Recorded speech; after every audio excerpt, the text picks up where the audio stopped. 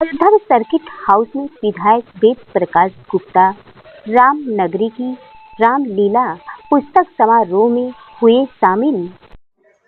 इसका विमोचन इसका विमोचन आज नहीं हुआ। इसका विमोचन तो माननीय 26 अप्रैल को माननीय चंपत राय जी जो ट्रस्ट के महासचिव हैं और मैं भी उसमें मौजूद था, इसे विमोचन किया था।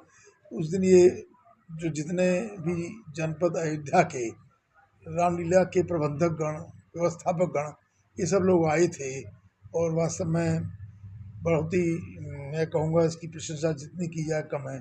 किशोर पिगलर जी ने एक अच्छा संकलन किया है पूरे जनपद का, और अब वो भी अयोध्या की रामलीला। अयोध्या और रामलीला एक दूसरे के पर्यायवाची हैं, तो उन सब रामलीलाओं को रामनगरी की रामलीला के नाम से इस पुस्तक का मैं संकलन का काम किया है। तो उन सभी उस विमोचन के अवसर पर सभी से ये वादा किया गया था कि सबको एक एक किताब हम अपनी तरफ से देंगे।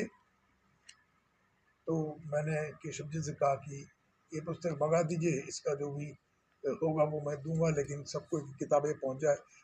जिन रामलीलाओं का इसमें जिक्र है, चर्चा है उनके बारे में, उन सबको कम से कम ये किताब निश्चित रूप से मिलनी चाहिए। तो आज उन्हीं सब रामलीलाओं के प्रबंधकों को बुलाया था और ये किताब को उनको ससम्मान देने का, भेंट करने का काम हुआ। तो निश्चित रूप से केशव पिगलर जी का बहुत बड़ा काम है। और मैं बताना चाहूँगा कि कितनी प्राचीन रामलीला है। मैं कल रुदौली गया था, हमारे व्यापारी समाज के जीएसटी को लेकर, वहाँ पर एक बड़ी बैठक माननीय रामचंद्र यादव जी ने, विधायक रुदौली ने रखी थी, मैं उसमें मुझे बुलाया गया था। तो वहाँ उसके बाद मैं वहाँ की रामलीला में गया।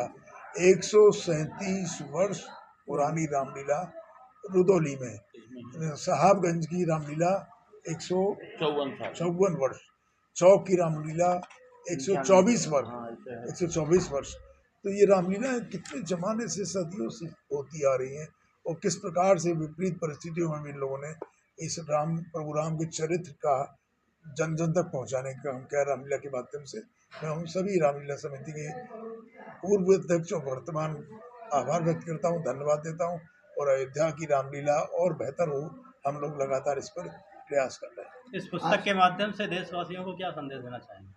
देखिए, ये पुस्तक तो उनकी रामलीलाओं का वर्णन है, संकलन है, और इस पुस्तक के माध्यम से ये जानकारी लोगों को मिलेगी कि अयोध्या में रामलीला कितनी होती थी और कितनी कितनी प्राचीन थी, और उसमें किन किन लोगों ने अपना योगदान दिया है। इस पुस्तक के माध्यम से वो सब जानकारियाँ लोगों तक पहुँचेगी, इसी का उद्देश्य भी है। नवरात्रि का महापर्व चल रहा है, देशवासियों को क्या संदेश देना चाहिए? नवरात्रि का महापर्व, नवरात्रि ये इस बार की विशेष नवरात्रि है। माननीय यशस्वी प्रधानमंत्री नरेंद्र मोदी जी के जन्मदिन से 17 सितंबर से 2 अक्टूबर महात्मा गांधी की पुण्यतिथि तक इसको सेवा पखवाड़े के रूप में बनाने का निर्णय हुआ, और हम सब लोग लगातार इन 15 दिनों में विभिन्न कार्यक्रमों के माध्यम से सेवाओं के विभिन्न, आज पूरा बाजार सीएससी में मेडिकल कैंप का मैंने उद्घाटन किया, और मेडिकल कैंप वहाँ पर बहुत अच्छी तादाद में उस क्षेत्र के लोग उसमें शामिल थे। वहाँ पर स्पेशलिस्ट डॉक्टर्स, मेडिकल कॉलेज से, अन्य विभागों से वहाँ डॉक्टर्स थे। तो इसी तरीके से स्वास्थ्य शिविर, इसी तरीके से रक्तदान, इसी प्रकार से जीएसटी बड़ा महत्वपूर्ण विषय था, जो कल पहले नवरात्र से माननीय प्रधानमंत्री जी ने उसको जीएसटी को सरलीकरण और उसको 2 स्लैब में करने का काम किया, आदेशित करके माननीय फाइनेंस मिनिस्टर ने। ये क्रांतिकारी कदम है। वन नेशन वन कहना चाहिए इसको, कि एक राष्ट्र और एक कर व्यवस्था जो बहुत दिनों से प्रतीक्षित थी, वो पूरा हो गया। 17 करों को समाप्त करके एक कर जीएसटी बनाया गया। आज जीएसटी की वजह से व्यापारी समाज को राहत है, व्यापारी सुकून महसूस कर रहा है, और उपभोक्ताओं को तो ये दीपावली और दशहरे का बहुत बड़ा उपहार माननीय प्रधानमंत्री ने दिया है।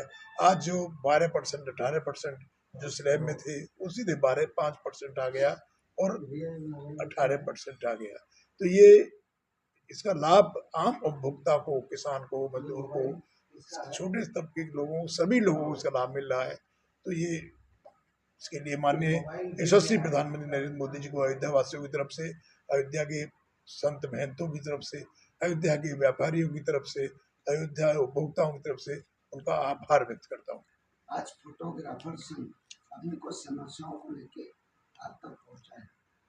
देखिए, मैं अभी फोटोग्राफर एसोसिएशन में हर वर्ष वो मुझे बुलाते हैं और मेरा सौभाग्य, मुझे उनके बीच जाने का अवसर मिलता है। देवेंद्र अग्रणी जी और उसके जो अध्यक्ष हैं हमारे देव जी, सब लोग, तो ये उनकी कुछ अपनी समस्याएं थी। मैंने कहा था जब हम लोग बैठेंगे इसके बाद में तो करेंगे। तो आज वो लोग आए थे, एक ज्ञापन उन्होंने दिया है ड्रोन को लेकर। तो एक जिलाधिकारी को देना चाहते हैं, तो वो आज बाहर है, कर देंगे।